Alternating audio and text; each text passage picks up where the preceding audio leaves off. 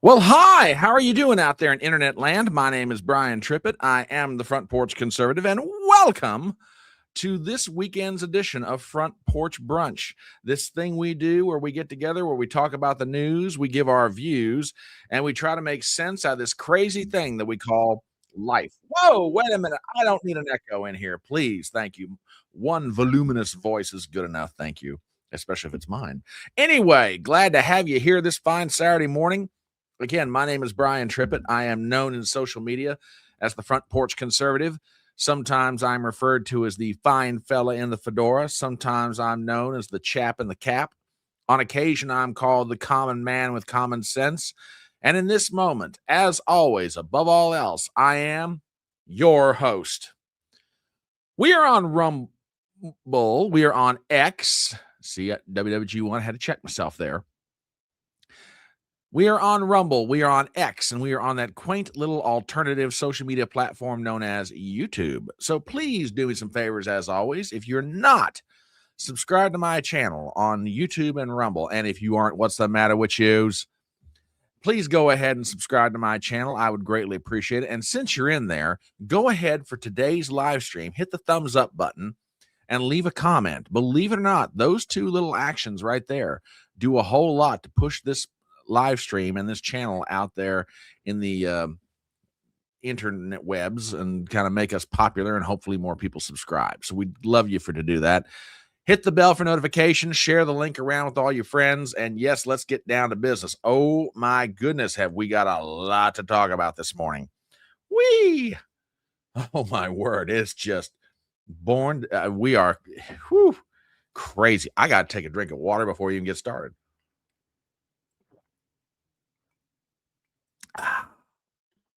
For myself, I've had a good morning so far. I have showered. I have shaved the face. I've tried to make myself look as pretty as possible for you fine folk. And been working to, line up a pretty good live stream. And I got a whole bunch of clips, a whole bunch of topics, a whole bunch of things we're going to get into. Some of them serious, some of them fun, some of them funny. As always, we thank WWG1 and TBA and everybody for delivering the memes. We got a bunch of those to get into to help us laugh before we get into the more serious stuff. So if you're here for the very first time, settle in.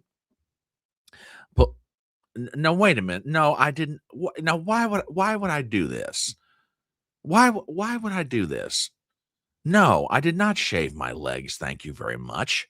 Oh my God. The wing nuts are always, as always, they're in full force this morning. And good morning to you, my dear Shalom. And may the peace that pass all understanding go out to the people of Israel, the Middle East, and the world, because God knows we need it right now. But shalom to you, my love. Glad to have you here.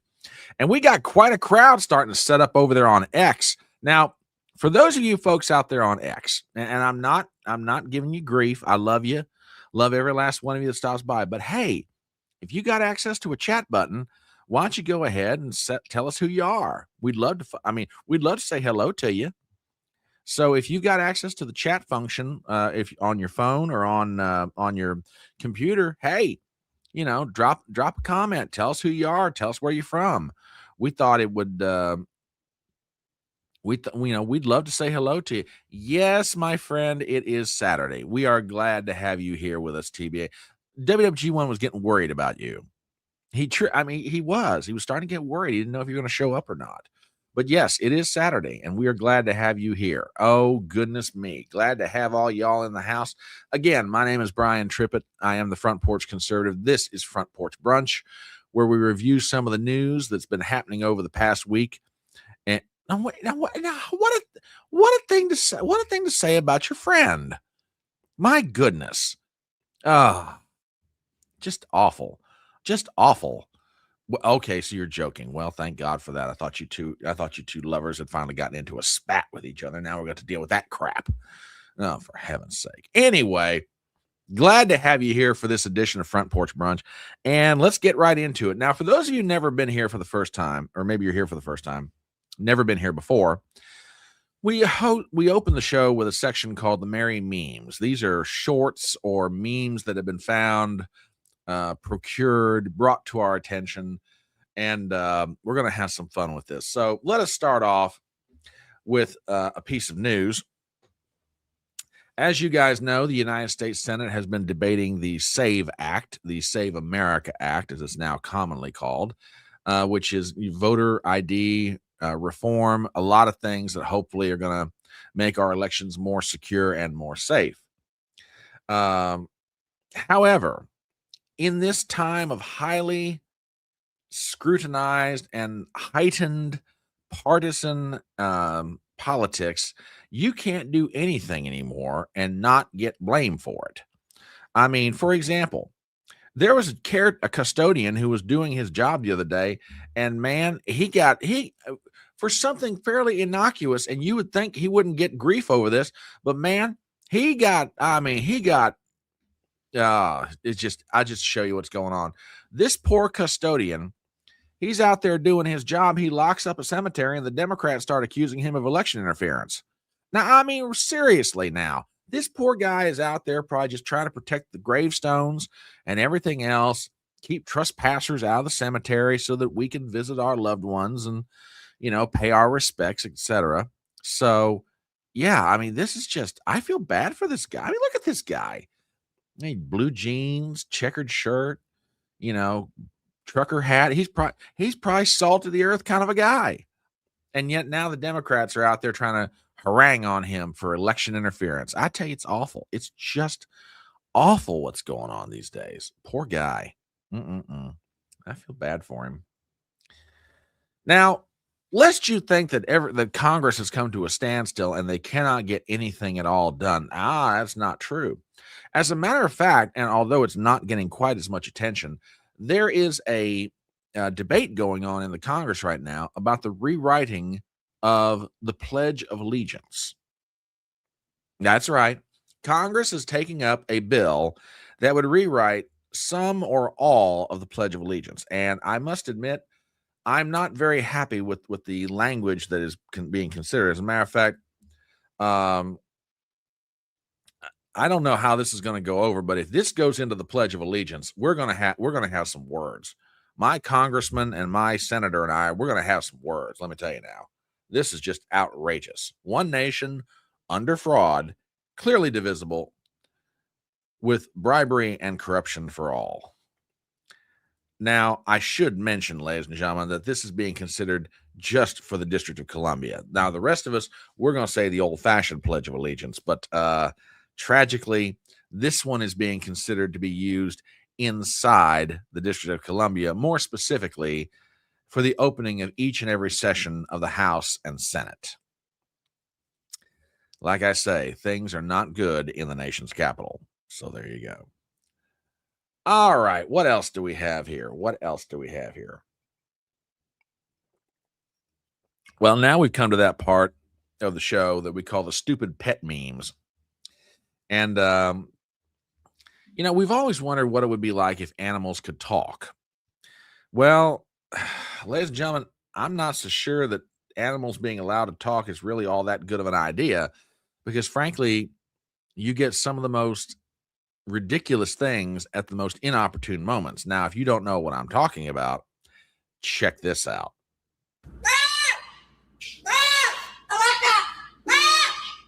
Did you mean mom? Call it mom. A few moments later. Hello? Yeah, like I said, do you really want animals to be able to talk? Is this such a really good idea? I don't know. Especially now with modern technology, if a cockatoo can pull this crap on Alexa, and then you're getting a phone call at 3 a.m. and your cell phone's ringing and you pick it up out of a dead sleep and you find out that your cockatoo is downstairs and he's manipulated Alexa into calling you and waking you up. Is it really worth having talking animals in the house? I ask you. Oh, goodness me. What else do we have? Speaking of stupid pet memes, chalk this one up under the section of inventions that should never be allowed to happen, or perhaps we could put it under the section of Ideas that weren't nearly as good in effect as they were in thought. And if you wonder what I'm referring to, check this out.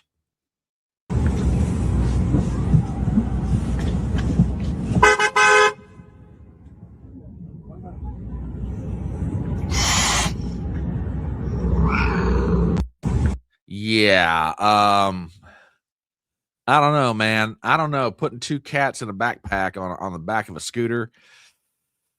Yeah. Oh boy. Oh boy. Oh boy. Oh boy. Oh goodness me. Goodness me.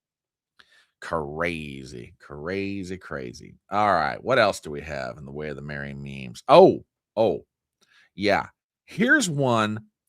Let me tell you, flying always makes me a little bit nervous. However, after watching this meme, I have got to really reconsider whether I'm going to set foot on another airplane again. Because if I find two guys that pull this crap, oh, watch this.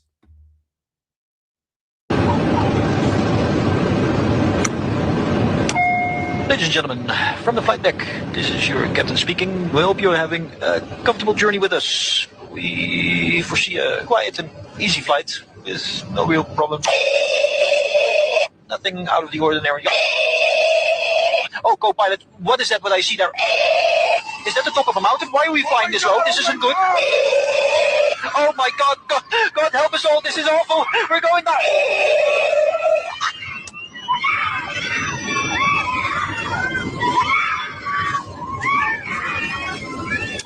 Just kidding, folks. This is your captain again. No real danger ahead, or turbulence for that matter. Just a quiet and easy flight, like I said. Sit back, relax, maybe take a nap. God knows we will. Have a good flight. I want to know who these two jokers work for. I want to know who these two jokers work for, because I am never going to buy an airline ticket from that place. You're going to let these kind of idiots do that crap? Heck no. Heck no. I am not about to fly on that airline. No, absolutely not. Oh my God. I mean, can you imagine? I mean, let me give you an example. Okay. My dear saintly mother, Ma Trippett,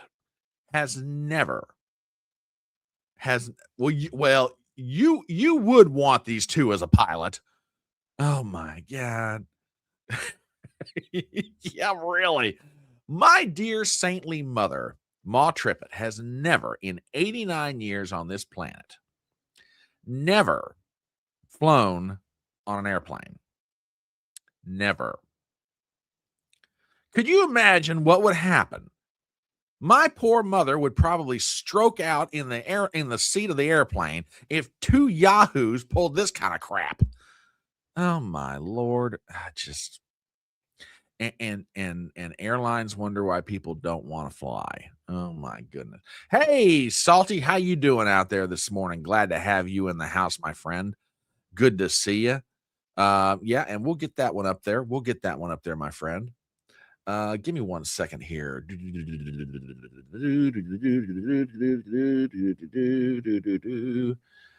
One moment, please. Okay.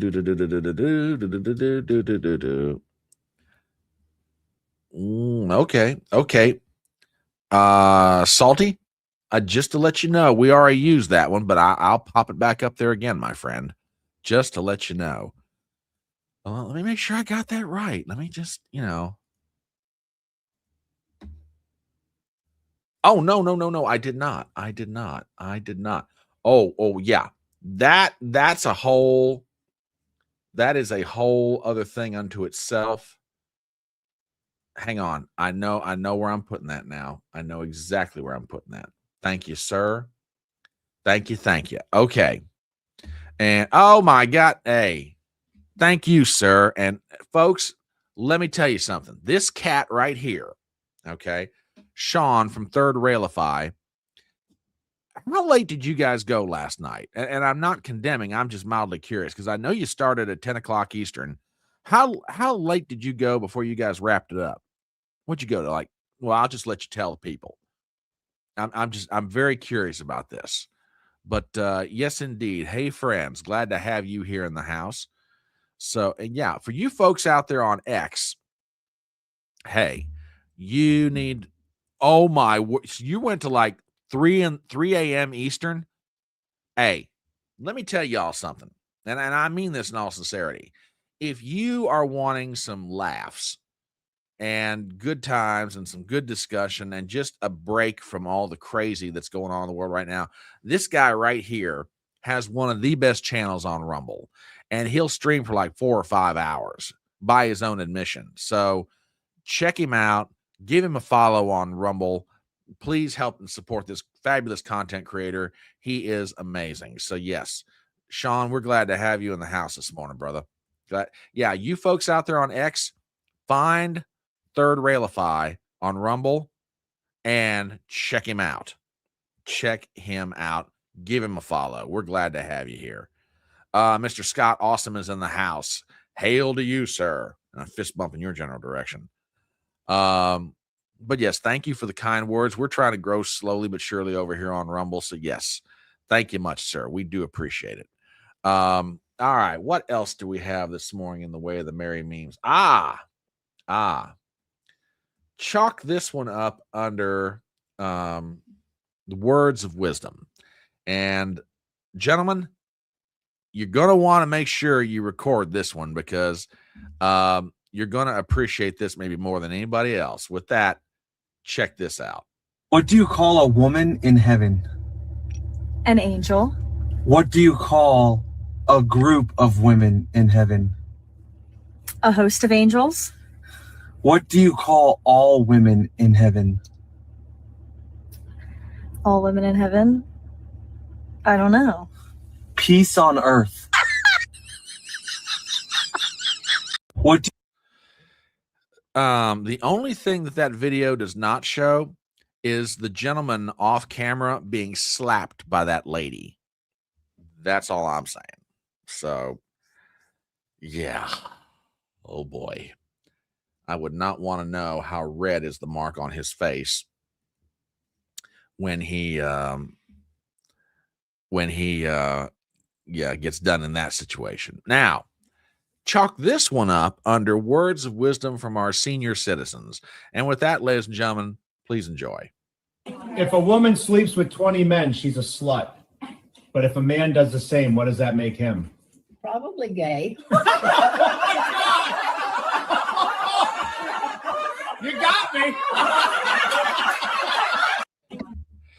Now, I've got some friends of mine in who are gay. I've got to ask them about this. I got to ask them about this one. So, without naming any names, y'all know who you are, but I'm probably going to be asking you about this one. So, just saying. Oh my goodness. All right.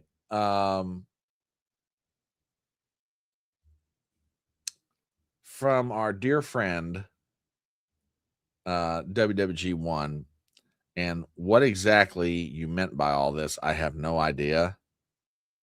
Hang on one second. I gotta. Here, Jen, here's your last. Hang on. Present. Back this thing up to where it starts appropriately. Okay, we're just going to roll with it. Imagine it's Christmas morning. Imagine that you and your beloved are exchanging gifts, and then you have this happen. Okay.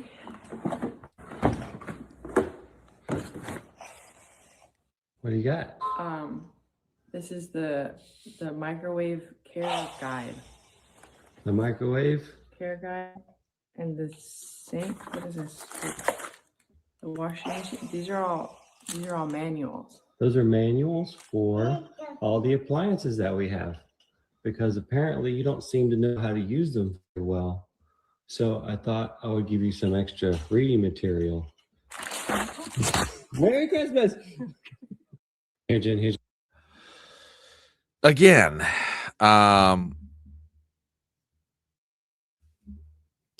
what can I tell you? Ay. Oh boy. All right. I'm okay, these I have to do. I have to do these. Yesterday was a very sad day for many of us of a certain generation. And I would argue beyond just a certain generation, I would argue for, people in general who appreciate a certain type of man. Yesterday, we all received the very bad news that the legendary Chuck Norris, martial arts master, star of movies, television, um, businessman, entrepreneur, and just an all-around good guy, unfortunately left this world. And one of the really unique things that happened in Chuck Norris's life is that toward the back end of it, there was this fascinating phenomenon that sort of took off. And I think you guys all know what I'm referring to before we even get there. All of a sudden, these Chuck Norris memes or Chuck Norris sayings sort of took off. And when we got the news that Chuck Norris had assumed room temperature yesterday, and condolences to his family, because they've got to be hurting right now. I mean, he passed at the age of 86, but still, you got to know that even at that age, it had losing someone like him. I mean, lay aside everything in terms of accomplishment. And I'm just talking about on a basic human level here. You have to know that his wife, his children, grandchildren, members of his extended family, they have to be hurting right now. And in all seriousness, laying aside our humorous but loving attempt to pay tribute to the man, they've got to be hurting. And well, TBA, a lot of people feel this way. A lot of people do. And Christian, I mean, we could all sit here and rattle off every good movie. And there's not really a bad one. I mean, there's not a bad movie that you could say that Chuck Norris was in. I mean, one of my favorites is Firestarter, that movie that he did with Lou Gossett Jr. I mean, if for people who are watchers of television, you could probably go back in the 90s and name, those great, one of your favorite episodes of Walker, Texas Ranger. I mean, but to go back to what TBA said, did he really die?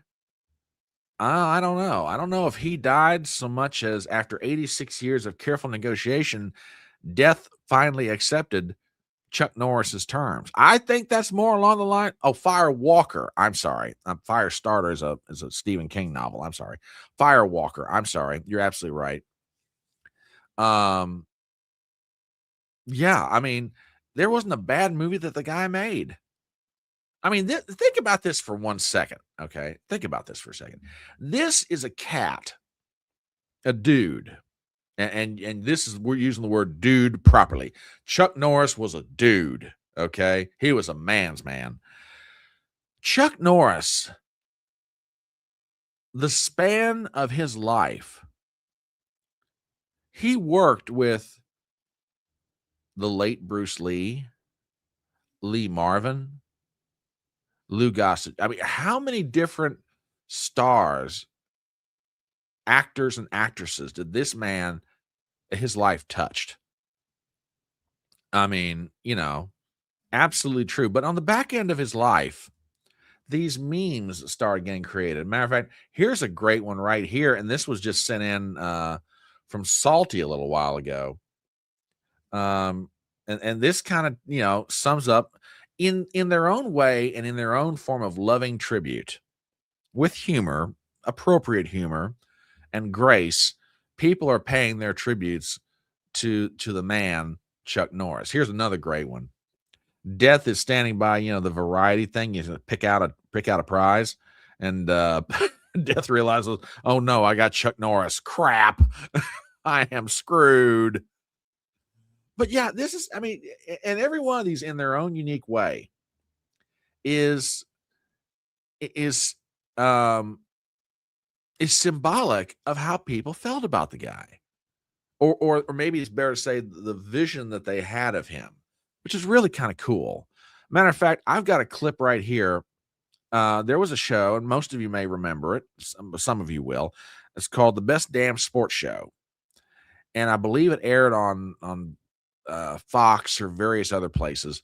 But one time they had Chuck Norris on, and they did a top 10 of Chuck Norris sayings. Now I want to play this, and Chuck, and for all that was said about the man, he had. I mean, Chuck knew this stuff was going on, the memes, the Chuck Norris sayings, and he had fun with it. And if you want proof of the fact that he had fun with it, watch this. Now the video quality is not real good, but the audio is, and you're going to hear Chuck Norris reading a top 10 list and actually laughing all the way. Well, I mean, here's a perfect example. Chuck Norris can lead a horse to water and make him drink it. Exactly. I mean, here is Chuck Norris in his own words laughing at these tributes that are made to him. And this is really kind of cool. Watch this. Oh, wait a minute. Oh, wait a minute. Up, he pushes the earth. Because when Chuck Norris does push-ups, he doesn't push himself up, he pushes the earth down. There are no steroids in baseball, only players Chuck Norris has breathed on. That's not fair. I don't know. Believe me, these ought to be screenplay writers here. Rather than being birthed like a normal child, Chuck Norris instead decided to push his way out. Punch his way out. Punch his way out. Chuck Norris once shot down a German fighter plane with his finger by yelling, "Bang."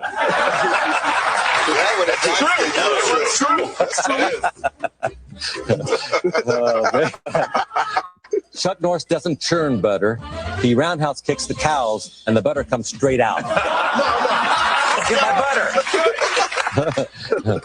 When Chuck Norris sends in his taxes, he sends blank forms and includes only a picture of himself, crouched and ready to attack. Chuck Norris has never had to pay taxes ever. Is that true? That's not true. That is not true. That's a total fraud. I live in Chuck Norris. In fine print on the last page of the Guinness Book of World Records, it notes that all world records are held by Chuck Norris. And those listed in the book are simply the closest anyone else has ever gotten. Yeah, that's true. Now, this is one of my favorites here.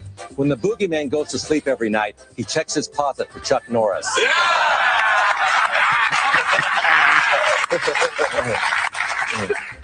Chuck Norris is currently suing NBC, claiming Law and Order are trademark names for his left and right legs. Yeah! Chuck Norris's tears cure cancer. Too bad he never cries, ever. Oh, man. Now, I gotta say my favorite one, though. Here's my favorite one. Yes. They wanted to put Chuck Norris's face on Mount Rushmore, but the granite wasn't hard enough for his beard. Yeah. And this is what I mean. People had that much love and affection for Chuck Norris, and they would put this stuff out there, be it on the internet or wherever. And that's, what did Salty just send me another one? Hang on a minute. Salty just sent me one. Hang on. We got to check this out here. Let's see. What do we got? What do we have? Oh yeah. It's stuff like this. It just really, it gives you an idea of how much this man was appreciated. It's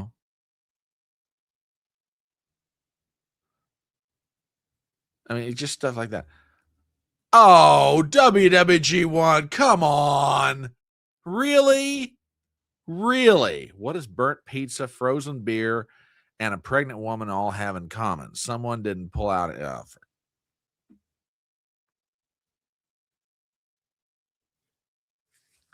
Here we are trying to have a respectful and yet humorous take on the passing of the legendary Chuck Norris. And what are we doing? What are we doing? We're posting stuff like this. Now, this one I absolutely believe. Okay. I could see this happening. I could see Chuck Norris going to a feminist rally and this actually happening. I really could. I could absolutely see this. This totally true. An iron shirt and a sandwich. That's what Chuck Norris is getting. Goodness me. So yeah, Chuck Norris, rest in peace, brother. Rest in peace. All right. One more meme. We're going to get into the serious content of what we do here. And this one, I think, is rather appropriate given the subject matter we're about to dive into. And I want to thank everyone's indulgence, particularly if you've been here for the first time. You got to be wondering, when are we going to start talking about the issues? Hang on. We're setting it up with a little bit of humor because, believe me, the stuff we're going to get into is kind of deep and it's definitely worth talking about. But, we got to be able to find a way to laugh through it all. So you folks out there on X, hang on. We're about to get to it. But this one kind of sets up what we're going to talk about next. And, every generation that protests war has a rallying cry. And I think the anti-war movement in America, and maybe even around the world, has found its motto for the current conflict in which we find ourselves. And it goes something like this. No more terror, no more war. America, stop being Israel's whore. No more terror, no more war. America, stop being Israel's whore. I mean, you have to admit it's kind of catchy. So, just saying. Anyway, I want to thank WWG1. I want to thank Salty Old Fart. I want to thank TBA. I want to thank everybody who's contributed to the merry memes this morning.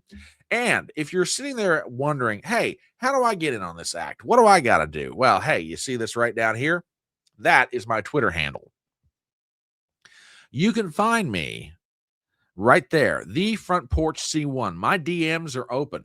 Okay, you can tag me. If you've got a meme or a story idea or whatever that you think is really good and you'd like for us to take a look at it, then by all means, hey, hit me up right here on X. And, I'll take a look at it. Now, as always, the host of the live stream reserves the right to use or not use what you send in. But more often than not, if you provide a meme or a story idea or whatever, then by all means, I'll probably find a way to get it up on the screen. But hey, tag me on X, send me a DM on X, whatever it may be, and we'll take a look at it. And if we think we can use it and have some fun with it or talk about it, we're going to do it because you know how we are. We are all about bringing it. All right. Let us move from the locomotive to the first compartment of the train, ladies and gentlemen. And we have got something big time to talk about, as we always do, but this is really big time. Did you guys see any of the interviews that Joe Kent, the now former director of the National Counterterrorism Office, gave? Did you see either the Tucker Carlson interview, the interview he did with Megyn Kelly, or Scott Horton? Now, I will tell you up front, the Scott Horton, the Megyn Kelly interviews, I have not listened to them yet. I did listen to the interview that Tucker Carlson did with Joe Kent last week. And the interview runs about, I think it's like 220 minutes total. So you're talking maybe 2.5, 3 hours of actual interview. Folks, if you look, you know me, if I find something good, I'm going to recommend it to you. No, I did not skip that WWG1. I'm saving that for HodgePodge Stew. I didn't skip it. Believe me, that's daggone funny. We have all got to laugh at it. No, I'm saving that for HodgePodge. I am not skipping that one, sir. And y'all are reading that going, underwear article. What the heck are you two? Just stick around. We're going to laugh at something, okay? But getting back to the Joe Kent interviews.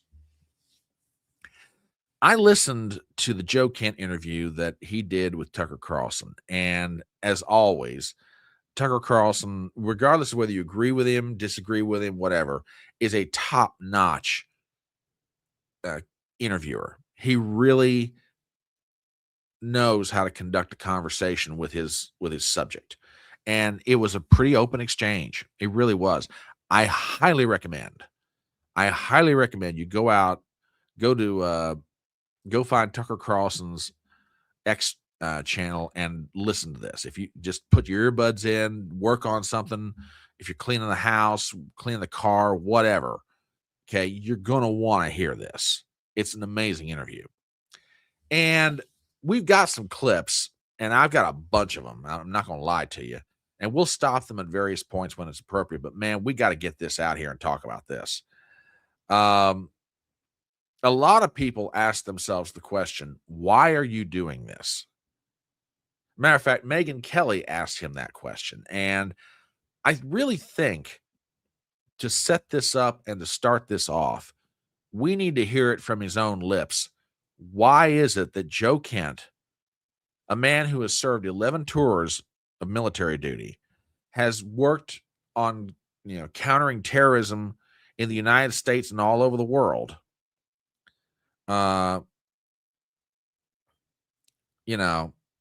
we need to hear it from him. Why are you doing this? You've got a cushy job.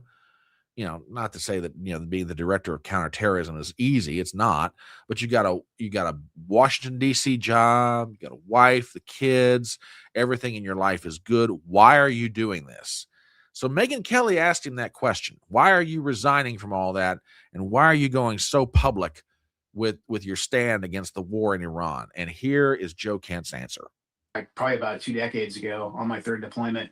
I just remember, as I was realizing that we were lied to get into Iraq, I just remember thinking, man, I really wish a lot of the Vietnam veterans, especially the ones who were still in government like Colin Powell, had spoken up and said, hey, you know what, we've seen this before. We have enough experience to know that this is not the right path for our country, and to really speak up. And I said to myself, 2+ decades ago, and this is a big reason why I kind of branched my military career the way I did, with a heavy intelligence side, so that at some point I could be the one that says, like, actually, hey, I know what the ground truth is, and we should not be here. And so that was ringing heavily in my ears, that I'd made this promise to myself that, hey, if I ever could influence whether or not young Americans go off to fight and die in a war that's not in our vital national security interest, that I would speak up and I would do the right thing. Because for me, I'm hardwired just to be in a position of constant duty and constant service. So the easiest thing for me to have done would have been to stay at the National Counterterrorism Center and to soldier on. And to me, I thought to myself, and I truly felt called by God, that God didn't put me in this position right now just to soldier on again. I did 20+ years of soldiering on, and look what that got my family, look what that got so many other families, and look what that got our country. And so to me, it was challenging. It was a tough 2 weeks. But at the end of it, by, I guess, last weekend at this point, it was crystal clear to me, and I felt the calm, and I felt that I was exactly where I needed to be. And I knew that I knew that I had to leave, and I knew that I had to do so in a public way, but in a way that could still hopefully shape policy and take us off the trajectory that we're on now. I said it the other night, and I'm going to come back to it again. And for folks who are listening to this live stream, maybe they're a little bit younger, they may not understand the reference that I'm about to make, but I hope you would go look it up. Joe Kent may wind up being this generation's and this century's version of Daniel Ellsberg. Now, if you don't know who Daniel Ellsberg was, he was a young man in the 1960s and 70s working at the Department of Defense who released to the New York Times and then ultimately the Washington Post what became known as the Pentagon Papers. Papers that,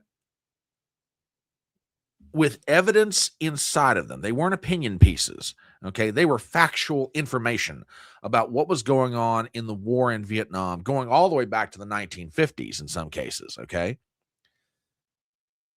Ellsberg released those papers to the press, and the opinion about the Vietnam War had been slowly changing ever since the Tet Offensive in 1968. But when Ellsberg released those papers to the press, it changed everything. Because maybe for the first time, the American people saw, hey, what we've been told about what's going on in Vietnam or how we got there or everything else is wrong.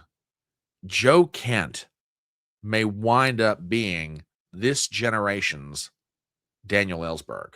For good or bad, that's what he may wind up being. Now, you have to ask yourself the question, well, why am I saying, what is it that Joe Kent is saying that is so extraordinary at this moment in history? And this is a moment. I mean, there's just no denying it. No denying it at all. Good morning, AH. Glad to have you here with us this fine morning, hanging out with the wing nuts over on Rumble. Did he remarry? Yeah, to my understanding, Joe Kent did remarry. He did. Absolutely, he did. It's my understanding that he has remarried. Oh, this is so true. So true. Oh, and Salty, I absolutely agree with this. Totally agree with it. Absolutely agree with it. Yeah, I'll never forget Don Trump Jr. was talking about, what it was, those moments before his dad came down the escalator at Trump Tower in 2015 to announce he was running for president. And his dad looked back at him and said, well, we're going to find out now who our friends really are. If we ever had any doubt about that, oh boy. We're definitely finding out. And the professor says, it seems like some of the same people who would consider Oliver North a hero would at the same time attack or criticize Joe Kent. I've got some other stuff lined up, Christian, to go along with that thought. I mean, it is amazing to me. I mean, we are seeing differences of generation. We're seeing differences of ideology. We're seeing differences of a lot of different things in all of this Joe Kent controversy. Now, what is it that Joe Kent is saying that is shaking everything up? Well, I've got a clip of Joe Kent being interviewed by Tucker Carlson. Now, this clip runs about 4 minutes. Okay. We're going to stop it at various points because there's a lot in just 4 minutes. You could make a pretty good argument. Just this one clip, Joe Kent in 4 minutes blew up the entire neoconservative argument about why it is we went into Iran. Okay. And like I said, we're going to stop this at various points, but everything in here is just gold. Now, by the way, for those of you listening, whether you're on X, whether you're on Rumble, whether you're on YouTube, you can agree with Joe Kent. You can disagree with him. That's fine. Okay. If you got your disagreements, bring them to the table. Let's talk about it. But as far as being there and knowing what was going on, I don't think you can dispute Joe Kent's take on all this. So with that, here is Joe Kent in 4 minutes explaining a whole lot of what's going on. But then also we had no intelligence to indicate that fatwa was being disobeyed or it was on the cusp of being lifted.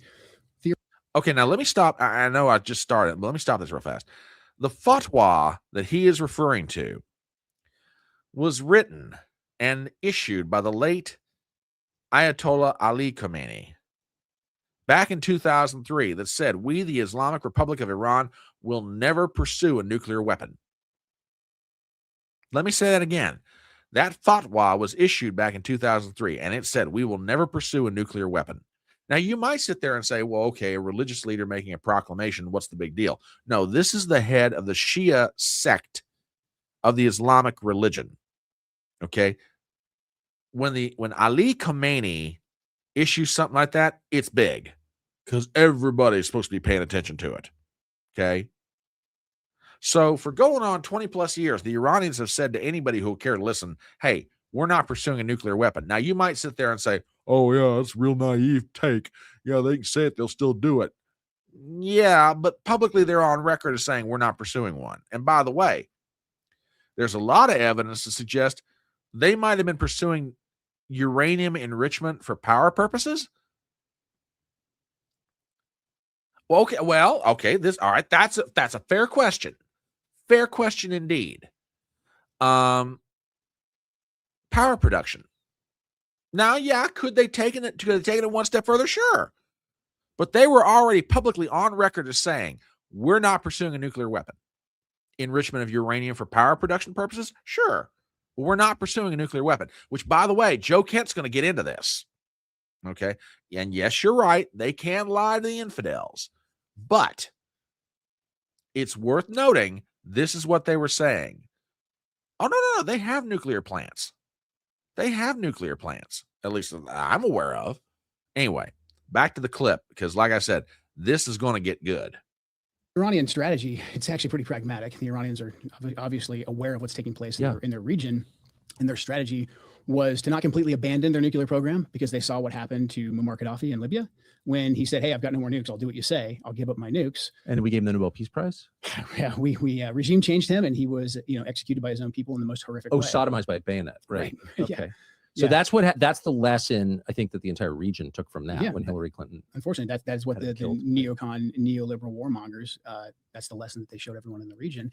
And then conversely, the Iranians also knew that if they came out and said, okay, we've got a nuke, whether they were bluffing or not, Saddam Hussein, Iraq right door. So they kind of had he hung, I think. He was hung by his own people, after a bloody, war that's still essentially going on inside of Iraq. So now, to be honest with you, I had not really given a lot of thought to what Joe Kent just said, but the more I think about it, the more it starts to make sense. Okay, you're Iran. You look back at what happened to Gaddafi in Libya. Gaddafi, and this is fact, and this is on record true, Gaddafi gave up any pursuit of a nuclear weapon. And for various reasons, we helped take down Gaddafi in Libya. Okay. So on the one hand, if you're Iran, you don't want to give up pursuing, or at least being in the middle of, trying to set up a nuclear program, because if the moment you give that up, the U.S., okay, you've got no leverage against the U.S. On the other hand, if you say, hey, we've got a nuke, true or not, okay, they're going to try and take you out, a weapon of mass destruction. So the Iranians, at least by Joe Kent's interpretation, are straddling a very fine line here. Okay? They're straddling a fine line. We still want to pursue a nuclear program. We don't want to let everybody know that we are or not got a weapon. Okay, fair enough. So here we go further with the clip. So the Iranians' position, when viewed from the lens of the region, was actually fairly pragmatic. They were preventing, themselves from developing a bomb, but they still wanted the ability. They wanted the ability to enrich. They wanted the ability to have some components so that they weren't completely stripped of it. And when we always assessed that they were either several months or a year, 2 years away from actually being able to develop a nuclear weapon. And that's not because the Iranians are stupid people. I think we can tell right now that the Iranians are anything but stupid. They had the ability, I think, that the brain power to actually develop one, or they could have simply traded a ton of oil with Pakistan or someone else to actually get a nuclear weapon. Now, we stop again. I had a conversation with a good buddy of mine, and you have heard me. You've heard me refer to him, my buddy Smiling Jack. And we are prone, the two of us, to talk about almost anything coming or going. And we got into the subject of Iran and a nuclear weapon. He said, Trip, I will guarantee you. He said, I will about 100% guarantee you the Iranians do not have a nuclear weapon. I said, well, how do you know? He said, because if they wanted one, they'd have had it by now. All they would have had to have done is either talk to Russia, Pakistan, or some other nation on this planet that has nuclear weapons already, gave them a truck ton of oil and paid for the things outright. The same point that Joe Kent's making right here. And by the way, and I think this absolutely needs to be said, and not that I'm trying to praise the current regime in Iran, but there is something that everybody, not you, my audience per se, because you guys are way smarter than the average person in Washington, D.C., but there's something that ought to be stopped to consider. You're talking about a civilization of people that have been around for almost 3 millennia. They have survived just about everything. Every conqueror who's come through their land, they have survived. They've outlasted them. Everything from the Babylonians all the way through the modern day and everything in between. The Iranians, or let me rephrase that, the Persians are anything but stupid. Fanatical? Okay. Zealot? Yeah, depending on who you're talking about. But stupid? And Sean makes an absolutely fabulous point. North Korea has nukes. Are we really worried about them using them? See, this goes back to what I've said all along. Okay. First of all, who am I, the United States, to tell any nation in the world you cannot pursue nuclear power? And I'll take it one step further. Who am I, the United States, to tell any nation in the world they can't have a nuclear weapon? Everybody, neoconservatives and neoliberals are going off the chain. Oh, they're crazy. If they get their hands on a nuke, they'll use it. Well, we've had nukes since the 1940s, and we're the only nation in the world that ever used them. And according to us, we're not nearly as crazy as the Iranians. Just saying. Anyway, well, you know, there's a good argument for that. There's a real good argument for that. You know, oh no, this I agree with. I'll agree with this. Absolutely, I'll agree with this. All right, back to the interview. They were not doing that. We had no intelligence to indicate that they were.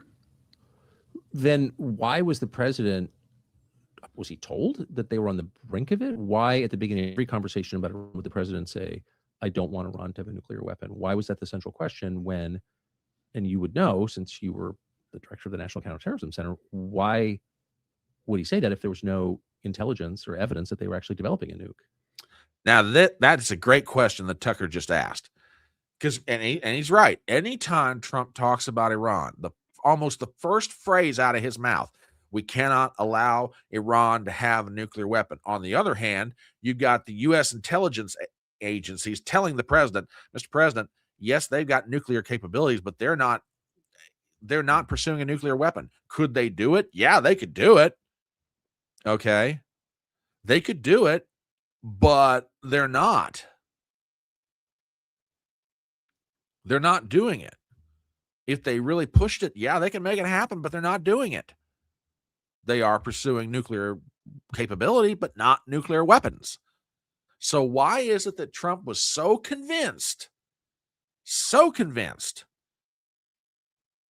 that Iran was right on the edge? We've got to stop them. We got to do something now. Here's Joe Kent's answer to that. So, I mean, a couple things. This is what I talk about in the letter about this ecosystem of information that's laundered through a lot of prominent neoconservative types that are very sympathetic to the Israeli cause, and then also Israeli government officials who give us things in semi-official channels. What they did was they created basically a shifting red line or a new red line. So if the president's red line was Iran cannot have a nuclear weapon, we've actually got a lot of trade space in there for a deal to be made, because of what I just described with the Iranian policy. Essentially, the Iranians saying, okay, well, we don't want a nuclear weapon. Well, that means we basically are at a point where we can start negotiating and we can come up with a deal. Hold on right here. And this has to be talked about. There's a profound difference between Iran having a nuclear weapon and pursuing nuclear capability. Okay. And this is the crux of what, in my opinion, the crux of what happened.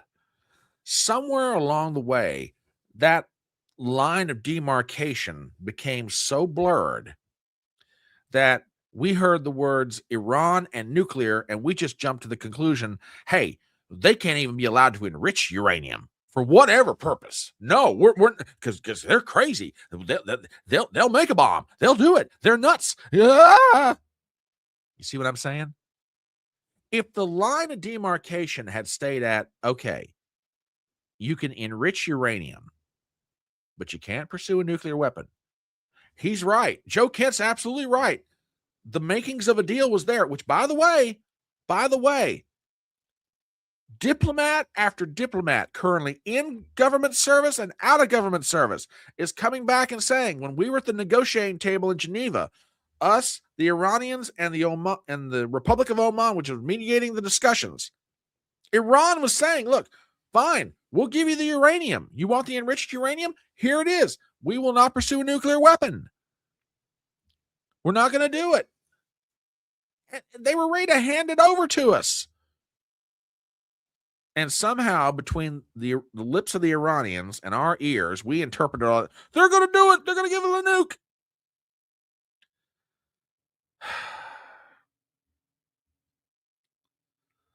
And again, Mr. Scott Awesome, you asked the question that is most appropriate. If they're so crazy, they'll make a nuclear weapon. Why wouldn't they be crazy enough to just buy one? Exactly. It's not like they don't have the financial resources to make that happen. The Pakistanis are their next door neighbors. If you look at it on a map, all you've got to do is cross a line and you go from being in Iran to being into Pakistan, and the Pakistanis have nukes. And again, another great question, an absolutely great question. All right. So the possibility for a deal is there. Here we go. President is a fantastic deal maker. So if your goal is to move us away from any kind of deal and your goal is to move us into a conflict, you have to shift that red line. And that's where a lot of this, I would say, what became a de facto U.S. policy of Iran can have no nuclear enrichment. It was laundered through a lot of the different talking heads, Mark Levin, Mark Dubowitz, you've got the Foundation for the Defense of Democracies, you name it. Washington, D.C. has plenty of pro-Israeli lobbyists who will come and say those things, who will publish think pieces on it, who will go on the media, who will run, op-eds in the Wall Street Journal to talk about this, why they can't have any enrichment whatsoever. And then we have a high degree of engagement with Israeli government officials who will come in and say, well, they're enriching and they could enrich, or they could enrich more, and that will get them closer to a nuclear weapon. So then enrichment basically became the new U.S. policy. And the only official I've heard, and folks are welcome to look for this, that said this in the first Trump administration was Mike Pompeo. He said it. The president didn't say it. The president has been very consistent. He said they can't have a nuclear weapon. But again, like I said, that puts us at a place where we actually could have negotiations. And again, it cannot be said enough. We blurred the line between you can't have a nuclear weapon and you cannot be allowed to enrich uranium. I will make an argument. Joe Kent's making the argument, and I think it's pretty well substantiated now. To get us into this thing, the Israelis, the neoconservatives, and various other groups blurred that line of demarcation. And as opposed to us just standing on the position of, look, we don't want you to have a nuclear weapon, the position became, hey, you can't be allowed to enrich uranium for any purpose because we know you guys, you're crazier than a bed bug. If you start enriching uranium, that gets you one step closer to a nuke. And we all know you've been chanting death to America for 40 plus years. We let you have enriched uranium, you're going to nuke us. But again, that works from the assumption that there's no measure of rationality at all inside the leadership of the Iranian government, which, don't get me wrong, I have no love for that regime. I've been fairly consistent about this. I think they're dictatorial. I think they don't believe in freedom, at least as I understand it. I don't think that they believe in tolerance, etc. But by the same token, there's a difference between them being an intolerant and despotic government versus them having no rationality at all. And Joe Kent's making the statement, as for anybody who'll listen to him, we blurred that line of demarcation. If we'd have just stopped at, hey, we don't want you to have a nuke, but you can enrich uranium, we'd probably have a deal with the Iranians, much to the chagrin of the Israelis. And listen carefully to what you hear next, because this is fascinating.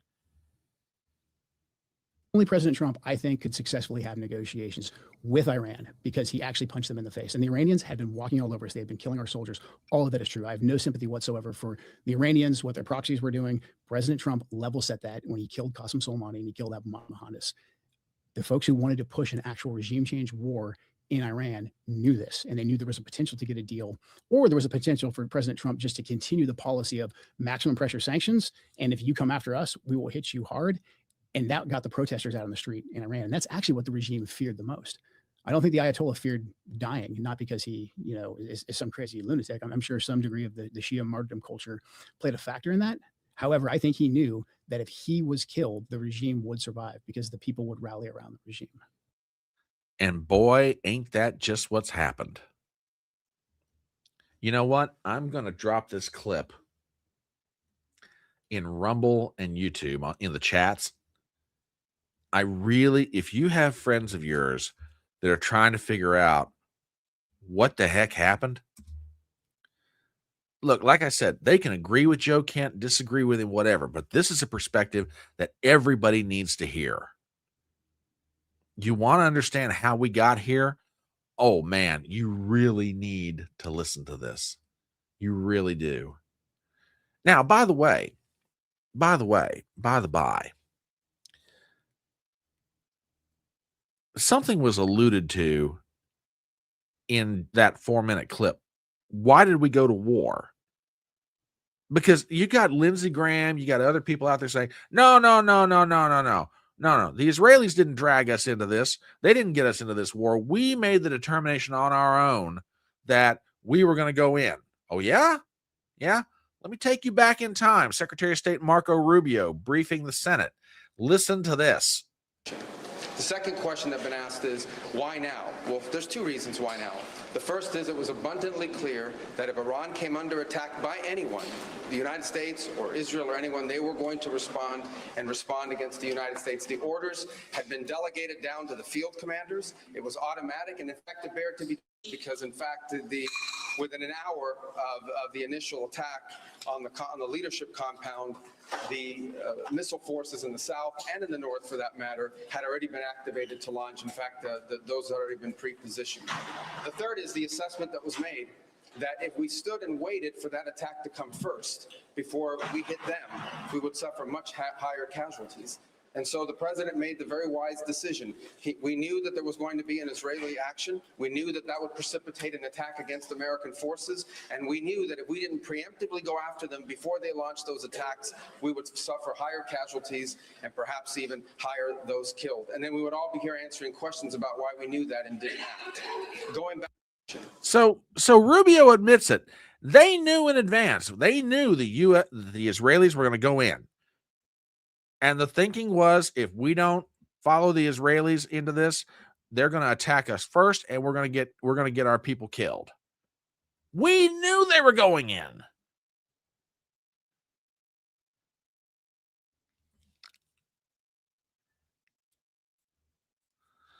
Well, okay. All right. I'll put this up here.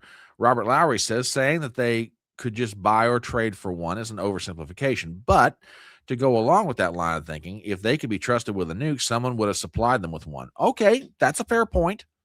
That is a fair point. I still maintain that the Iranians, for as fanatical as they are, there is a level of rationality there. I don't think they'd go off the chain with the thing. And maybe I'm being naive. And if I am, okay, I'm being naive.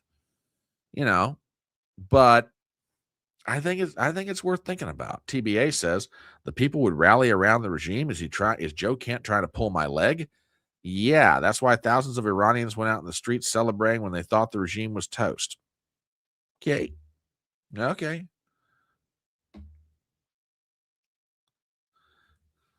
Sean says the U.S. shorted the Iranian dollar, crashed their economy as an act of financial war. That got the protesters out. It was the first sign was guaranteed to kick off. Okay. All these good points. So you got Marco Rubio out there admitting, hey, we knew the Israelis were going in first. If we didn't follow them, this could get bad for us. Well, Brian, we don't have the counter argument that they got a nuke and didn't use it. Okay. Fair point. Then you got President Trump. A few days after Rubio was speaking, says the following. A weapon. Because the Middle East will be gone. Israel will go first, without question. and they'll certainly take a shot at us before we get our act together and say we got to take them out. You can't let Iran, who's truly a nation of great terror and power. So again, we knew the Iranians were going, or the Israelis, excuse me, the Israelis were going in first. We knew this.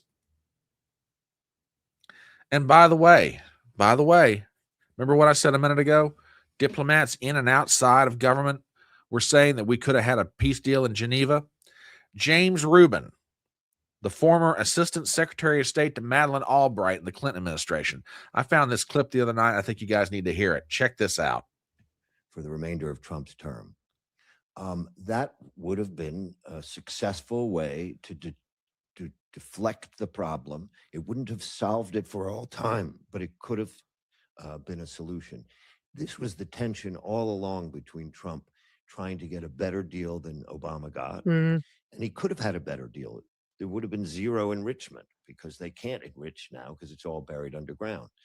I think the Israelis were very worried about that, because they don't want an agreement with this regime. They don't want this regime to be able to operate normally because they consider them their enemy, permanent enemy.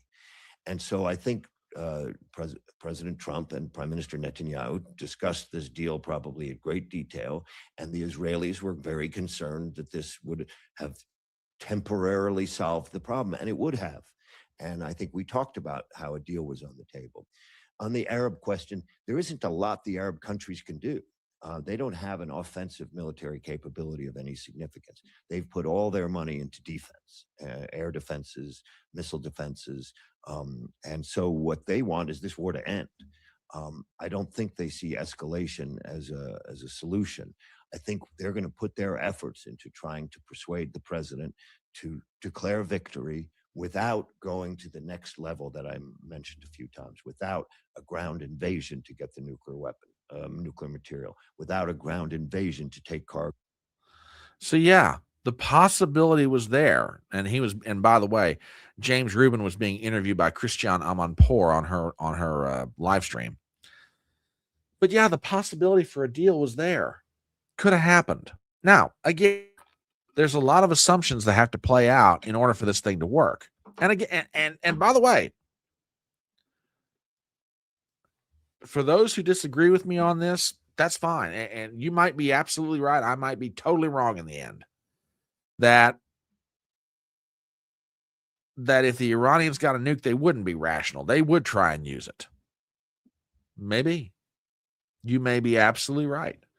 But I think the counter argument deserves some consideration here. Now, the interviews with Joe Kent have been going on now for the past 48, 32 hours. At least 3 prominent media folks have interviewed him. Scott Horton, Megyn Kelly, Tucker Carlson. And people are coming to Joe Kent's defense in all this. John Mearsheimer being interviewed, talking about the Iran-U.S. conflict, had the following to say, and you know, when Mearsheimer speaks, tend to listen to the old fella. Hey, I shouldn't call him old. That's rather rude of me. But the seasoned gentleman, when the seasoned gentleman speaks, oh no, I did not know that. I did not know that. Well, thank you for that clarification, sir. I appreciate it. That does add some appropriate context. Anyway, here's John Mearsheimer on the comments made by Joe Kent. Appeared to be faulty intelligence to try to manipulate the president and his advisors, and that is ultimately the reason why Trump launched this war. What do you make of those allegations, and how does that match with the reporting and the thinking you've done about the way that Israel operates in the U.S.? I have no doubt that Joe Kent is correct, that it was Israel and the Israel lobby that led us into this war. I mean, Marco Rubio, the Secretary of State, and Mike Johnson, the Speaker of the House, said as much immediately after the war started. They made it clear that it wasn't the United States that took the initiative in starting this war. It was Israel that took the initiative, and Israel, in effect, dragged us in. Furthermore, you want to remember that Lindsey Graham has admitted that he went to Israel and he coached Prime Minister Netanyahu on how to convince President Trump to go to war against Iran. You just want to think about that. Here's a U.S. senator saying that he was coaching Prime Minister Netanyahu on how to get President Trump to go to war against Iran. In other words, President Trump needed coaching because his basic inclination was not to go to war against Iran. And then if you look at what was happening inside the United States, all you have to do is look at the two principal individuals who were advising Trump on whether or not he should go to war. They were Jared Kushner and Steve Witkoff, who are passionate Zionists. In fact, Jonathan Powell, who is Britain's national security advisor, this is Britain's national security advisor. He was present at the negotiations that were taking place between Iran and the United States right before the war. And he describes Kushner and Witkoff as Israeli assets. Just think about that. The two principal advisors to President Trump. And remember, President Trump said that he was going to take his cue from those two individuals as to whether or not he should go to war against Iran, were seen by the British National Security Advisor as Israeli assets. Truly remarkable. This is just the tip of the iceberg. Appeared to be. Now, again, people can agree, disagree with the statements being made, but there is evidence out there independently to back that up, which, by the way,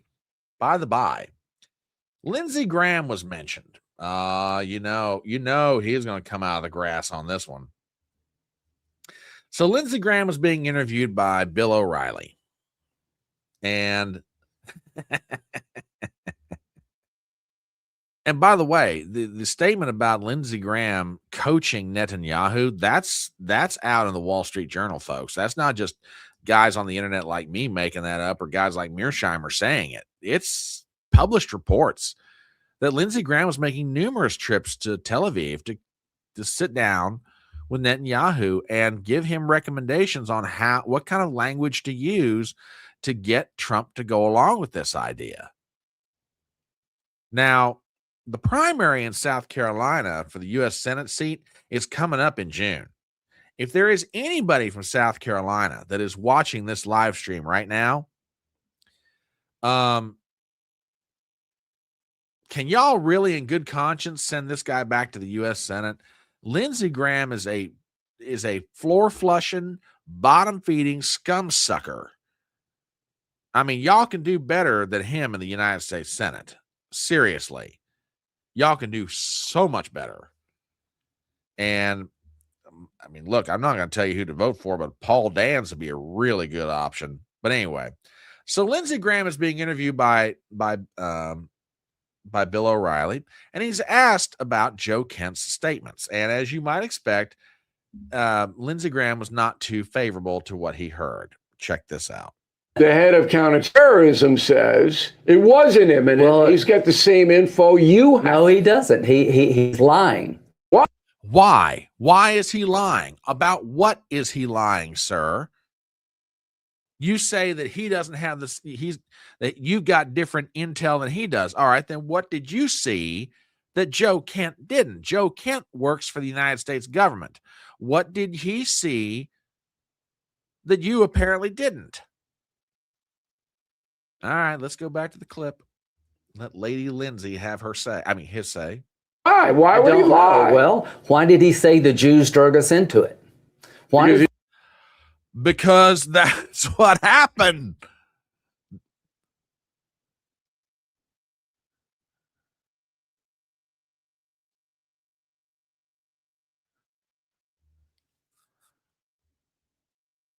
Hang on.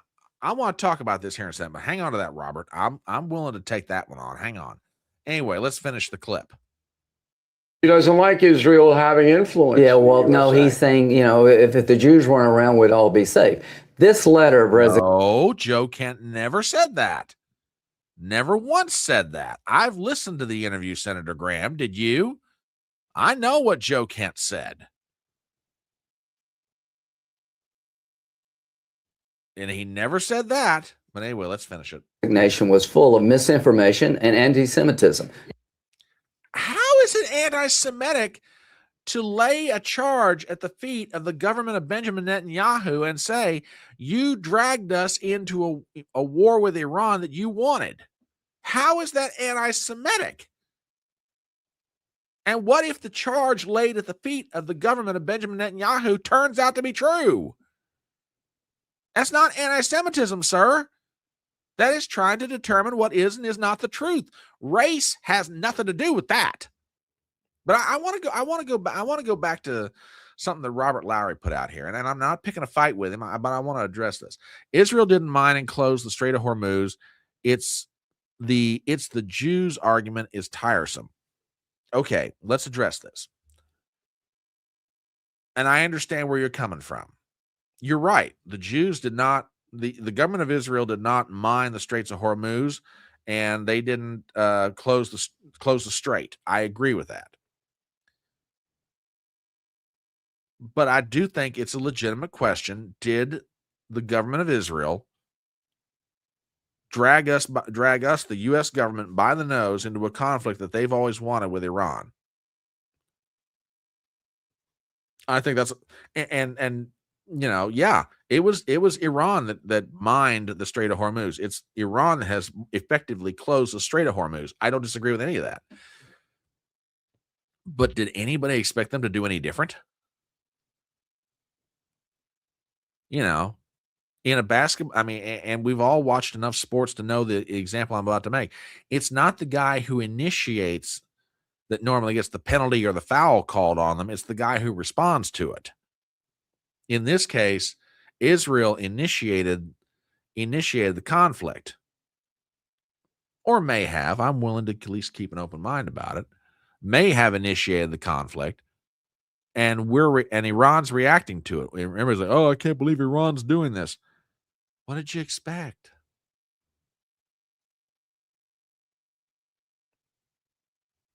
I go back to our discussions about the Ukraine war.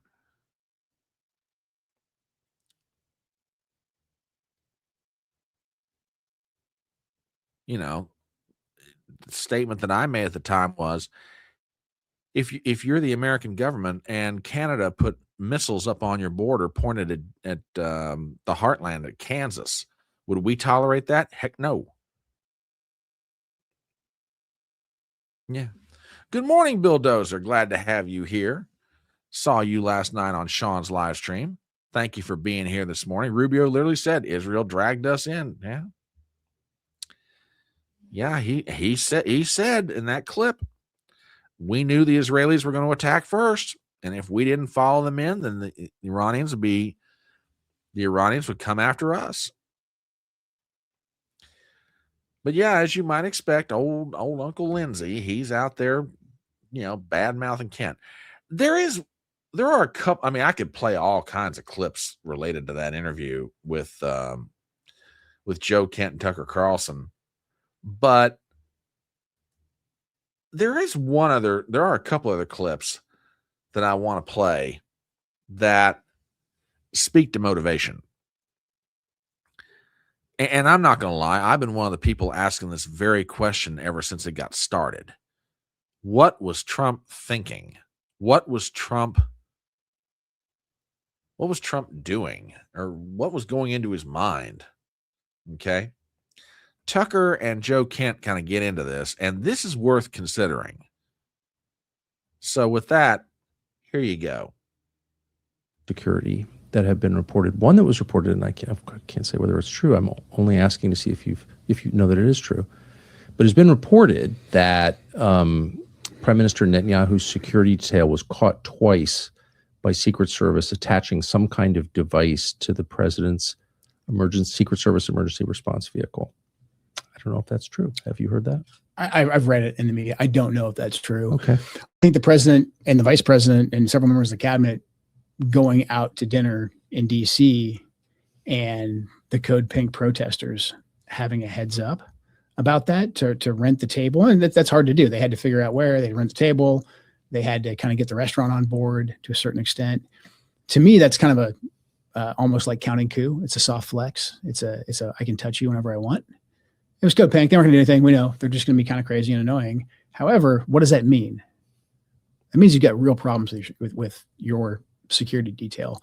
And then, a few weeks later, you have an armed police officer who's off duty, who's not part of the president's detail, come right up and shake the president's hand. And the guy's probably patriotic American, whatever. He probably just wanted to shake the president's hand legitimately. But that got a lot of publicity. And what does that mean? And the president, again, President Trump is very smart. I think President Trump has a gift for interpreting large sets of data. Yes. And making very, very key strategic decisions. And so when the president sees that he's got issues with his own security detail, when he sees what happened in Butler with the other assassination attempts, when he sees what happened with Charlie, I think it's reasonable to believe that somewhere in his head, he thinks that, like, maybe I don't have a choice. Maybe they could harm me or they could harm my family. And if they can't keep me safe, I believe the president deeply cares. I believe he's very courageous. I think if it was just a Now, I want to stop here for a second, and let me be very, very clear with what I'm about to say next. Am I accusing the Israelis of some kind of like blackmail of Trump's safety as in his physical person? No, I am not.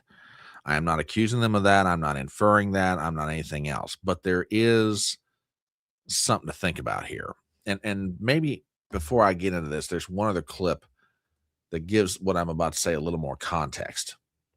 Okay. Let me double check something real quick. Hang on. darker. I mean, we still don't know what happened in Butler. We don't know what happened with Charlie Kirk. And by no means am I saying, like, the Israelis did this or any of that, but I'm saying there's a lot of unanswered questions there. And there is enough data to at least say that there's a good chance that. I don't think I need to play the clip, but I just want to double check something. I am not, nor do I think is anybody else, saying that the Israelis are threatening Trump's physical safety or they're making moves against him. But Trump has gone through at least 2 assassination attempts.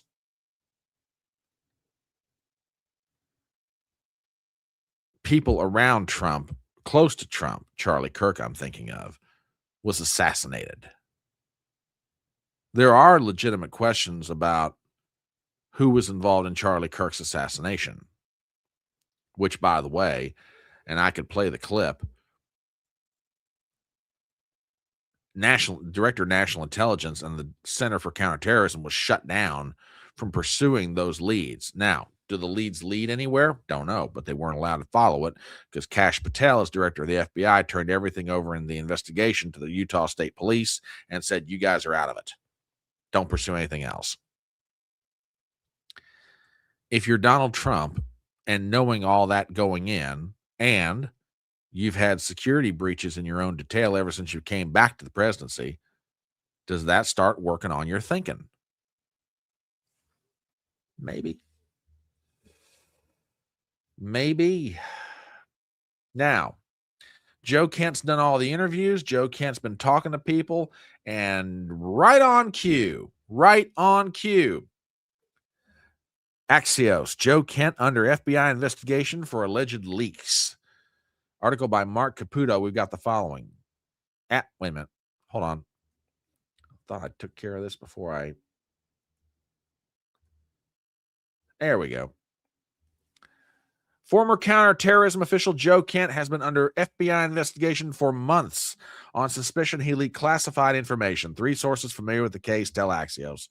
Kent propelled himself into national headlines on Tuesday when he resigned his post and blamed Israel for tricking President Trump into launching the Iran war, even though it posed no imminent threat. Immediately after his resignation, administration officials said he had been under a known leaker and been cut out of briefings with the president. Semaphore reported that Kent, who led the National Counterterrorism Center, had been placed under investigation prior to his resignation, which Axios independently confirmed. Oh, man. So he resigns his post and immediately is accused of leaking. Isn't that great? Absolutely great. Unbelievable. Unbelievable. Now, couple other little quick points, and we'll get off this subject. I want to talk about a couple of clips that I found. Okay. And one of them in particular, Richard Engel, foreign correspondent for NBC News. Guy's been around the Middle East forever. Okay. He was giving an interview, I guess, for the nightly news couple of evenings ago. And he posted something that I think is worth considering here. So let me pop this up on screen and let you guys get your take on it. Prime Minister Netanyahu, in that briefing to a small group of reporters, laid out the military objectives and, to a degree, the long-term objectives from Israel's point of view. He said the U.S. is in charge, that Israel's an ally. That's how he was framing it. And he was emphatic saying that Israel didn't drag the United States into this war. I think that was probably his main point that he was trying to convey, certainly one of his main points. But he said that the military objectives are to take the missiles away, take the nuclear program away, and weaken the regime to a point in which the people can rise up and overthrow it. Then he also talked about a longer-term vision where oil doesn't only flow through the Strait of Hormuz, but flows through pipelines that cross overland and end on the Israeli coast in the Mediterranean. So he's talking about also redefining economic relationships in the long term for this region. But going back to what happened here a few hours ago. Now, I want to stop for a second.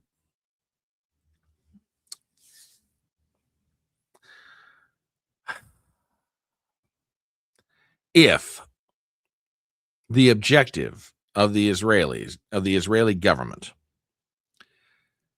is to create a condition where they can negotiate an agreement with the Arab states for an oil pipeline to cut across the desert and wind up at a port in Israel so that oil can flow out of Israel.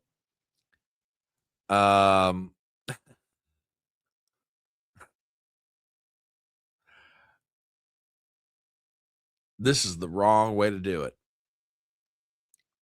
I don't think, and by the way, this opinion I'm about to express is not necessarily original to me, but I wholeheartedly concur with it.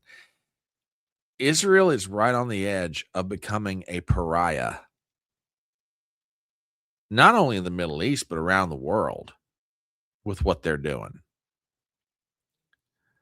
Yeah, again, if Benjamin Netanyahu has an idea that he can get the Arab states to agree to this idea of a pipeline crossing the Middle East, ending at a port on the coast of Israel, so Israel can pump oil out into the Mediterranean and all around the world, ain't gonna happen. That ain't gonna happen. So, and I want to say good morning to Larry. How are you doing, sir? Name one thing baby boomers conserved. Please, just one thing. Yeah, this is a good answer. Yeah. Larry, I can't disagree with you. I really can't. Look, I mean, I'm not a baby boomer myself. I'm Gen X. But the conservative movement, by and large, if you're talking about a totality of issues, the conservative movement has failed. It's failed. Have we reduced government spending? No. Have we shrunk the size of government? No. Have we reduced our debt? No. Have we made our culture better? Not really. You're asking me, what is the conservative movement conserved? And I'm arguing not a whole lot. I hate to say it, but you're right. You're not going to get an argument from me on that one. So, no, yeah, well, glad Well, I'm 54, so brother, I understand where you're coming from. I got a few years on you. But yeah, it just, I'll tell you what would help in the long run, and I was looking this up the other night. If I can find it here. There is one thing long term that if it was done would go a long way toward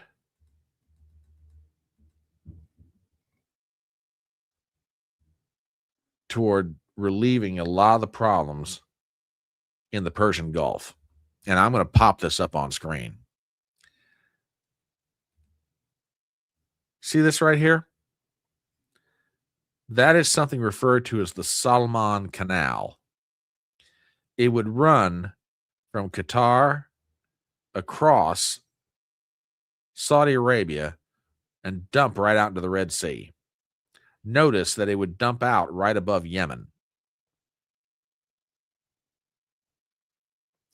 Now, y'all might sit there and say to yourself, well, that's a nice little fantasy. No. The Saudis are actually kicking around this idea. They have been for, probably 7 or 8 years, but they've never really gone forward with it. The price tag for the project, what did I see? Hang on a minute. Let me look at this article real quick.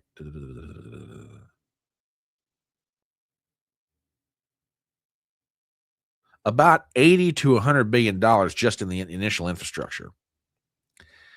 Now you might say to yourself, "Well, that's a Saudi Arabia project. That's a pie in the sky." It's not a bad idea. It's really not. I mean, look.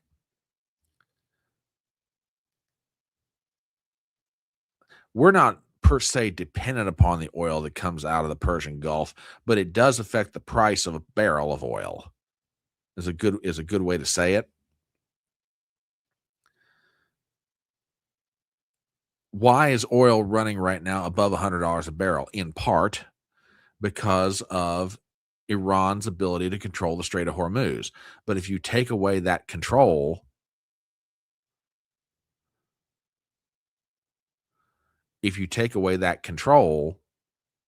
then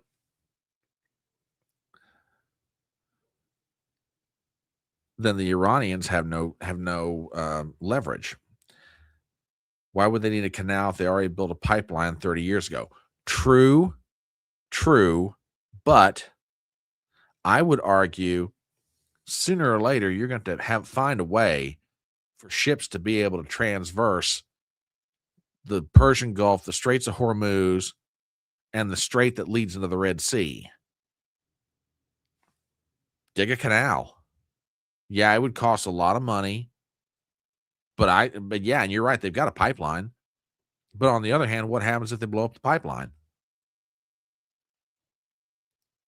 In order to take away Iran's chokehold on that region, you've got to find a way to get around the problem of the Straits of Hormuz, and you got to find a way to get around the problem of the Houthis, which the Iranians are backing up with money and weapons.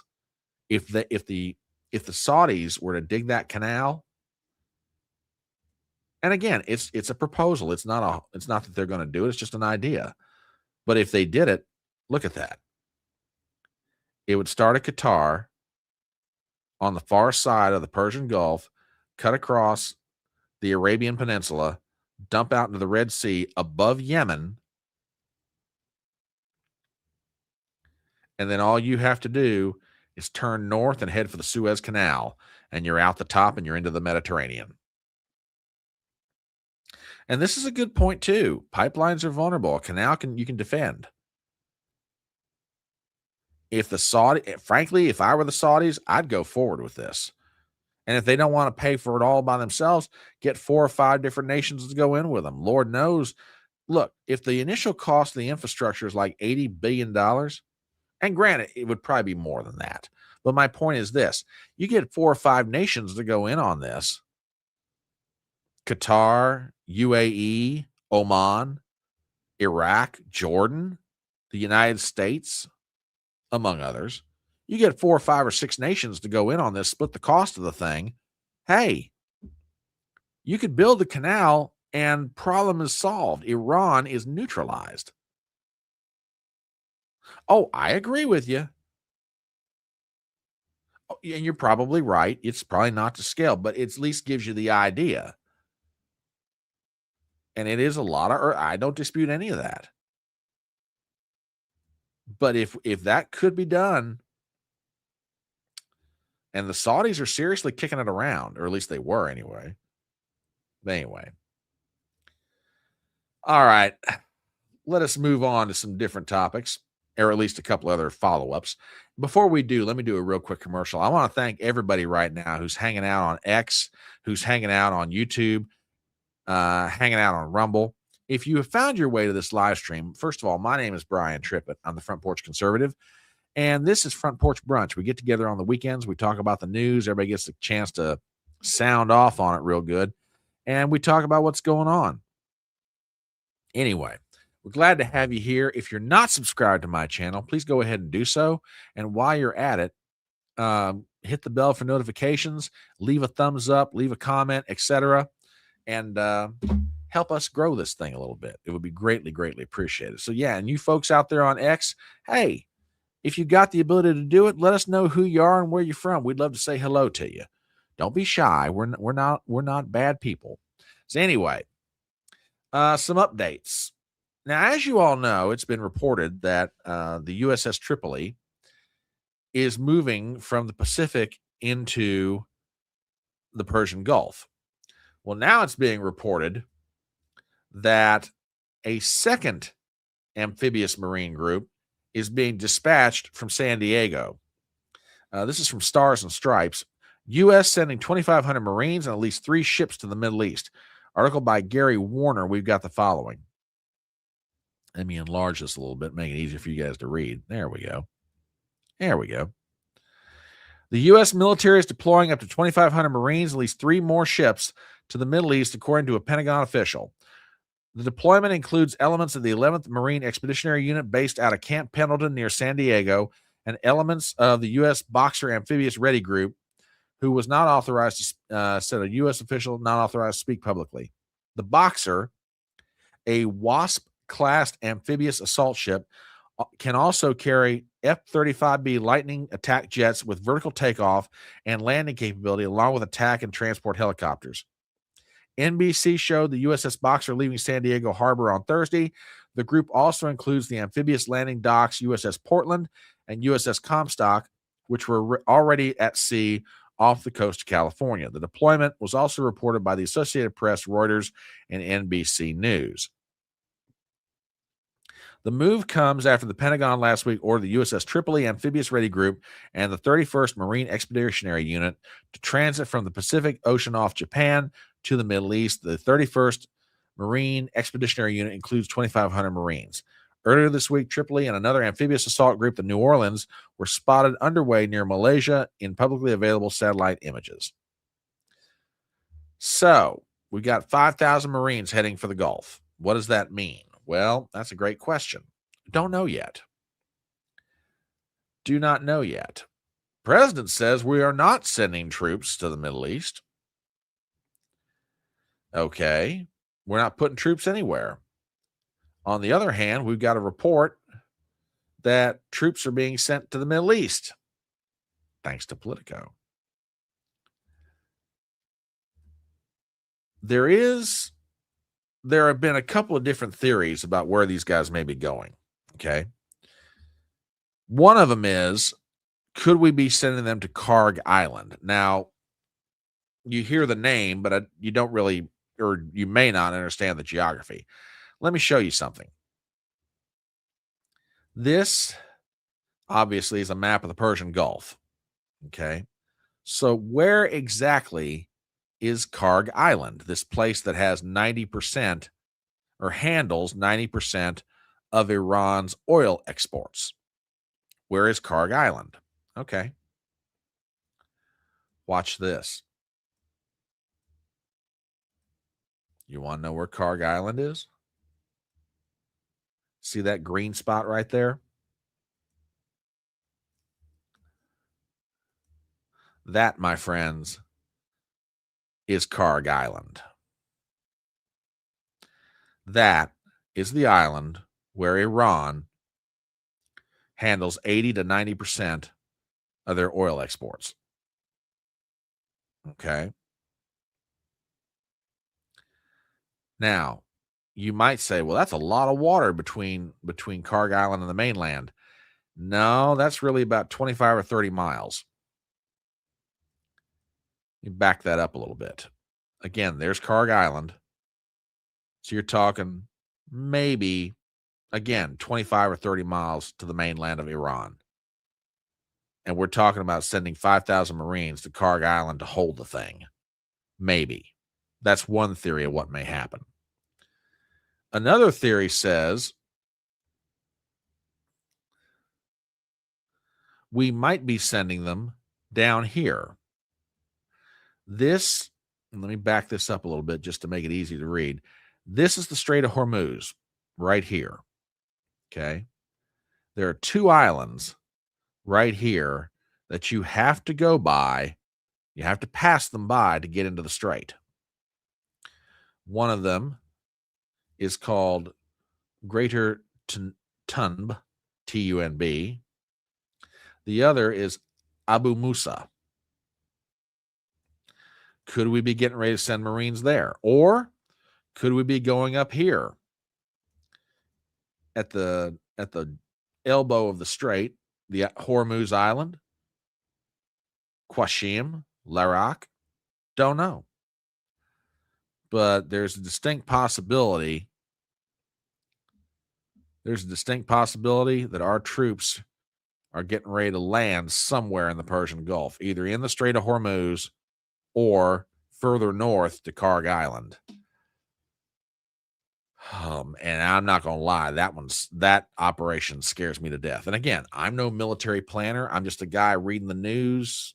You know, I'm a guy that loves his country, you know, loves our military. And it's just, man, that's an operation I do not even like thinking about.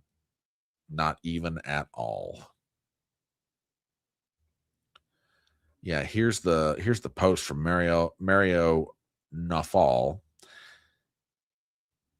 Karg Island handles 90% of Iran's oil exports. Seize it, and you hold Tehran's revenue hostage without wrecking global markets.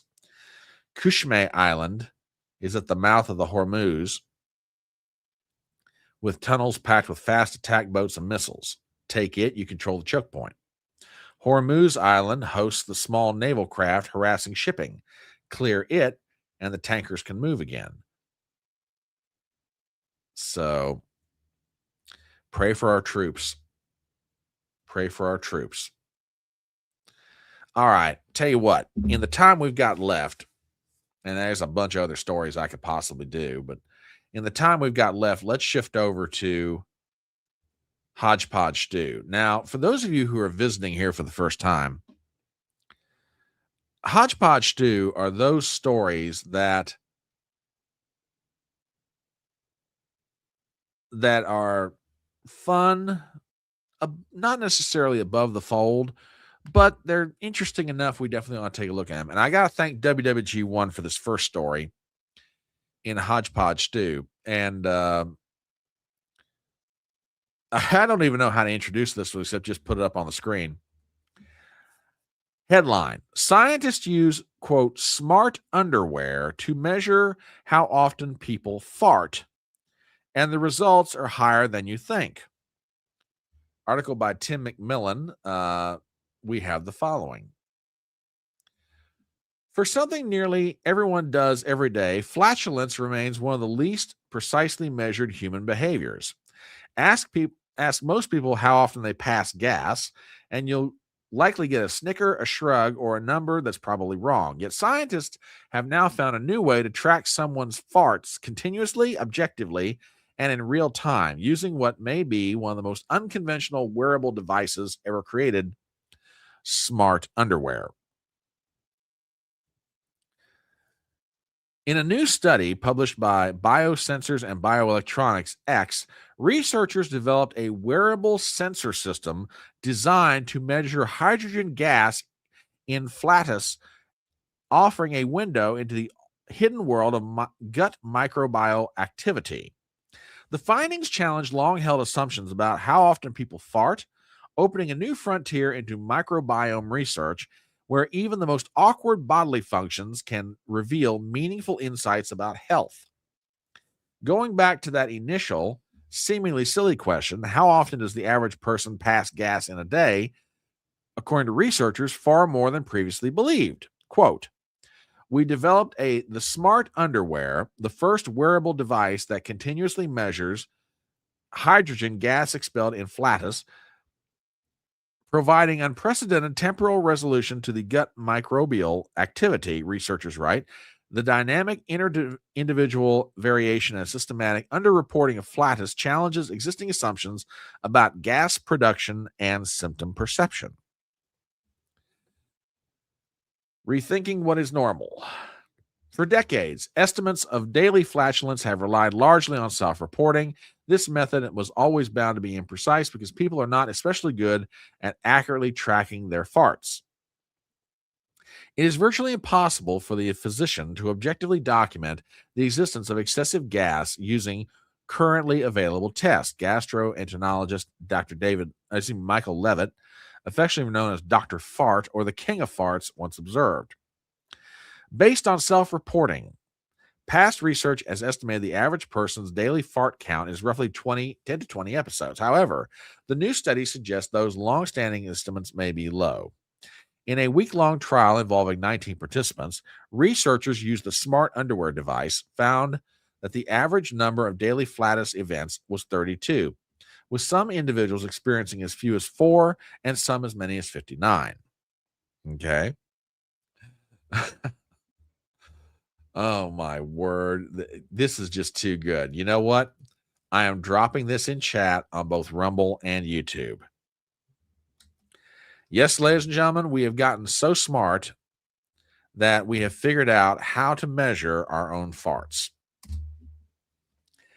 You've got to share this one around with your friends because this is just too daggone good. WWG1, a hat tip to you, sir, because, yeah, that's just... Yeah, it's there you go. We're now measuring our farts. Holy cow. Holy cow. Unbelievable. Unbelievable. All right. A couple of more things in HodgePodge stew. By the way, did you guys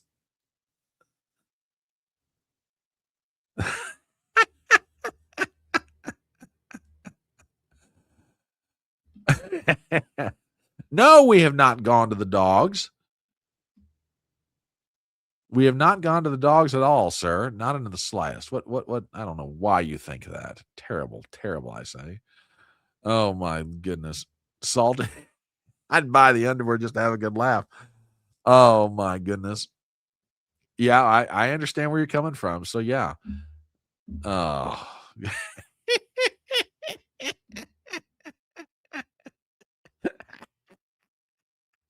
Toots.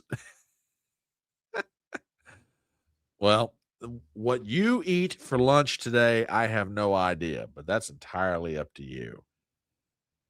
Oh my goodness. Now let's chalk this one up under things you really wish you would love to take back. You guys remember a couple of years ago when Kathy Hochul was first running for governor in 2022? She got off probably one of the statements that she really wishes that she'd love to take back. If you guys don't remember this, do me a favor and check this out. And we're here to say that the era of Trump and Zeldin and Molinaro, just jump on a bus and head down to Florida where you belong, okay? Get out of town. Get out of town. Because you don't represent our values. You are not New Yorkers. But maybe. So you have Kathy Hochul running for election, telling Donald Trump, Lee Zeldin, Molinaro, and any other Republican, hey, get on a bus and head to Florida. We don't want you here. Okay. Now remember that was 4 years ago. Now listen to what she says today. This was just this week. The first step should be go down to Palm Beach and see who you can bring back home, because our tax base has been eroded. So I philosophically don't have a problem. It is like I have to look at the fact that we are in competition with other states who have less of a tax burden on their corporations and their individuals. And I would say remote work changed everything. There were people who could only work in an office in Manhattan and work in New York State, and they were captives to our state. They were going to stay. We've saw that that's not the case. I mean, Wall Street businesses looking at Texas, they're not going there because they have a nicer governor. I know that for sure. But they're going there because of the tax rate. We have to be smart. Oh, Kathy, you mean you finally figured out that insulting people, insulting their values, they get up, they choose to leave, and now you realize, oh, I ran off my entire tax base. Oh, can I get them back? Well, no, if I were them, I wouldn't come back. Not unless you can make them a better deal, which you're not going to. Yeah. Oh my God, where did our tax base go? Exactly. Yeah. The consequences of my actions. TBA says Hochul tells the rich people to hit the road, get the F out. And so they did. What did you expect, Kathy? You ran them off. Yeah. Get out of my house. Why did you leave? You told me to get out of your house. Yeah. And New York is bleeding, financially or otherwise. So, well, Kathy, you got what you wanted. You got everybody to leave. Now you're paying the consequences for it. So there you go. There you go. All right. One last thing. We're going to get out of here. How long does this thing go anyway? Well,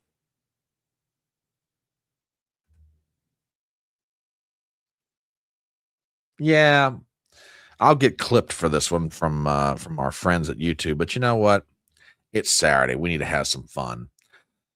Got to thank WWG1 for this one. And this one's just purely for fun. This one's just something fun. Like I said, I know I'm going to get clipped for this, but you know what? It's worth it. And I hope you guys enjoy it. Runs about 2 minutes, and get your dancing shoes on, folks, because this is just pure fun. Check it.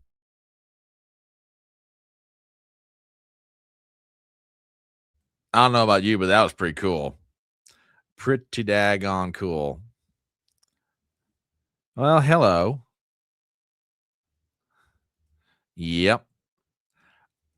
I have got to look into this. I have got to look into this Afro Man story. I've seen this thing running all week. I got to look into it. Yeah, I agree. That was absolutely a load of fun. Absolutely a load of fun. And you know what? That is a great way to bring the train into the station. All right. Folks, it has been, as always, a joy for me to do a live stream with you all. Thank you so much for being here for Front Porch Brunch. For those of you who've been hanging out on X, those of you who've been hanging out on YouTube, hanging out on Rumble, thank you so much. Been a lot of fun. We're going to be back next week doing stuff. Don't know what exactly we're doing yet, but we're going to be doing stuff, and we'll be here doing it. So, again, it's Saturday. Go out and have some fun with your family. Tell them you love them. If you are inclined to bend your elbow, well, then I recommend you have one for me.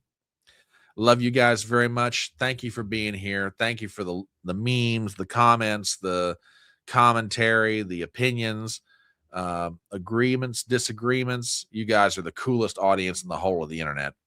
And with that, I leave you, as always, with the words of that great American philosopher, Tom T. Hall, when he said, "It's faster horses, younger lovers, older whiskey, and more money." You guys have a great weekend. We'll catch up with you later. Bye-bye.